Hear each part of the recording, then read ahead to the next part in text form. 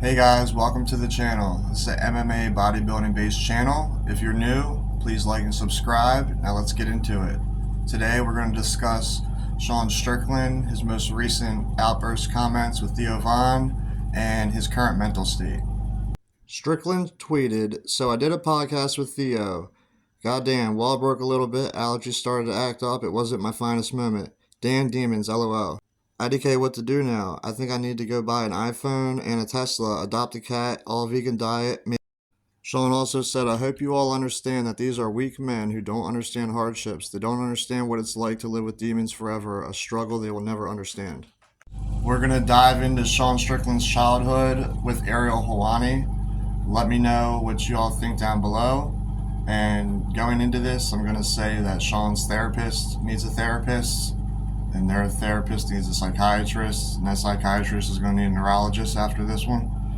Let me know what you guys think after watching the interview.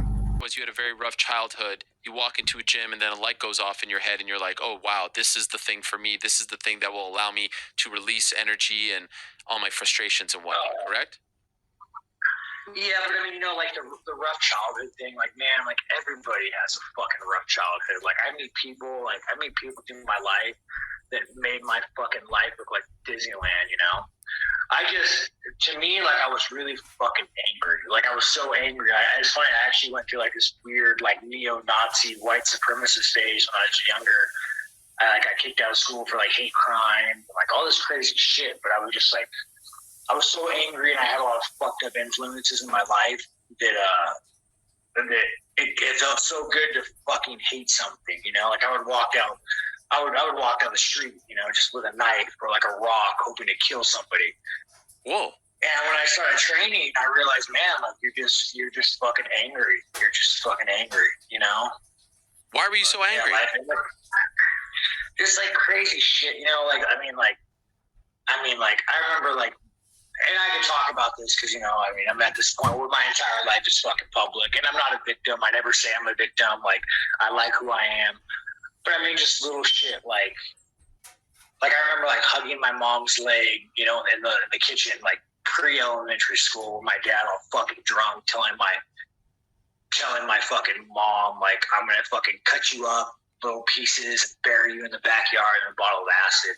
So like you grow up and you hear that shit day in, day out from like my earliest memory. Like it starts shifting the way your brain, like, did you grow up in a good household? I did. Your dad beat you?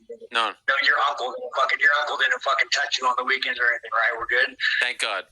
None of that. Okay, you're good. You're fucking good. None of that happening. But it's like, whenever you experience like things like that day in and day out, your brain, like it biologically fucking changes.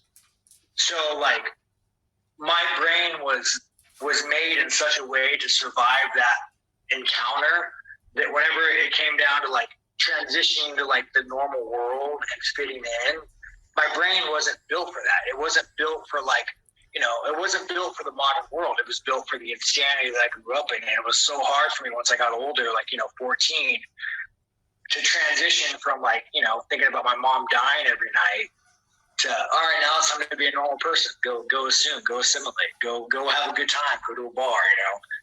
And so I fell into like this weird, like hatred, like neo-Nazi thing. And I started training when I was around like 14, 15. And it was like with therapy, you know, it was like, just help me with all my issues. I seen the light. And I was like, oh, wait a minute. Like I started connecting the mental dots of why the fuck I feel the way I feel. Were you sexually abused as a child? Oh, fuck, man. I mean, no. I'm going to say no. Okay. No, fucking. If I ever was, it was blocked out, thank God. Do you have a relationship with your mom now? Oh, yeah, no, I love my mom. Like, she's like the greatest fucking person ever, you know. There was a moment where, like, I kind of, like, had, like, some, like, anger towards my mom, like, just, you know, like, keeping us in that situation for so long. Where's your dad? Yeah. My dad died of cancer, like, way back, probably, like I don't know, 4 years ago. It was the best thing about when you hate somebody so much.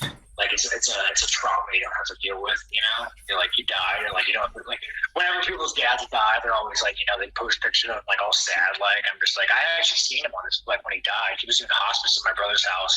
And I remember like looking at his like dead old fucked up body. Like, dude, you're such a piece of shit. You said that to him? Fucking died. No, he was dead. Like, I remember thinking it, like he was fucking dead in like hospice. Yeah. Like, he died of cancer. I'm just thinking, like, you piece of shit. I was only there because my brother had somewhat of a close relationship with him. I don't know how the fuck he maintained it. But I remember just looking at, like, his fucked up body. Like, you're such a piece of shit. Like, this reflects you, like, entirely, you know, who you are now. Did he Yeah, fucking life was real, dude. Did he physically abuse you? No, it was like a lot of, like, psychological shit. Like, my dad was, like, fucking, like, nuts. You know, he was, like, like, let's just say, like, you had something you really love, like a toy or something. Like, he would come all fucking drunk, but he thought my mom cheated on him. I don't know. And, like, he would just go and, like fucking, like, break your toy. I mean, there was a story where, like, I remember, like, I used to, like, to sleep in my mom's room a lot. Just because I thought he'd kill my mom. You know, when I was, like I thought I would get my mom dead. And so, like, one day, like, I fucking, like, army crawled underneath their bed. And like, he fucking, like, he gets on top of my mom. Maybe it could be rough sex. Who fucking knows, right? He gets on top of my mom, like, and he's strangling her. He's like strangling her, like, saying, tonight's the night you're gonna fucking die. And, like, and I'm probably, like, a third grader. I'm young. And then the only thing I see is a guitar. So I go and I grab the guitar and I fucking just smack him in the head as hard as I can. And I grab the phone. I run out and I call the cops. And my mom, her dumbass, he fucking bailed him out of jail the next day. Oh my God. Yeah, so it wasn't like anybody get beat. It was more of just like fucking the psychological trauma of like living this life, you know, day in and day out. My brother actually has like a very interesting story. I probably shouldn't tell, but I'll say it anyways. Like my mom, like he bought like throwing knives off eBay, being a little kid, right? And like one day, me and my brother hanging out, and like he duct taped it to his legs, and like he was gonna like stab my dad, but like he bitched out, you know. It's crazy shit. But like so MMA, when I say like it's stupid, because I'm a fairly intelligent human being, I can look at it, I can look at the industry and everything as its like whole, and I can say it's dumb. But when you have a brain like me, unless you want to go on like psychotic drugs, you know, it helps. Like fucking helps.